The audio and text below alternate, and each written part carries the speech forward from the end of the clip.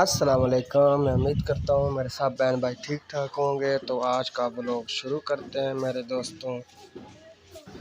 अल्लाह पाक आप लोग खुश रखे। तो आज हम बनाएंगे चिकन और आलू।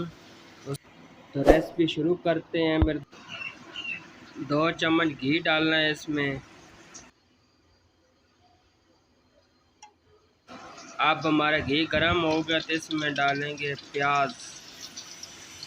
प्याज को थोड़ा अच्छा सा ब्राउन कर लेंगे। प्याज हमारे ब्राउन हो गए तभी हम इसमें डालेंगे चिकन। चिकन को फ्राई करेंगे। साथ में आधी चम्मच हल्दी की डाल दें इसमें। और मेरे दोस्तों साथ ही टमाटर मिर्च भी इसमें डाल दें और थोड़ा से मिक्स कर लें।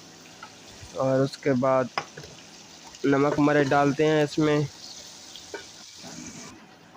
आधी चम्मच मिर्च की और आधी चम्मच नमक की डाल दें इसमें। मसाला हमारा बन गया है तो साथ ही इसमें आलू भी डाल देते हैं।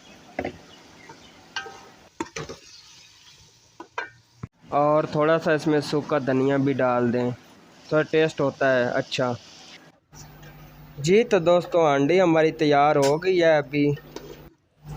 तो दोस्तों मेरे तो इसमें धनिया थोड़ा सा डाल देते हैं, उसके साथ थोड़ा जायका बन जाता है।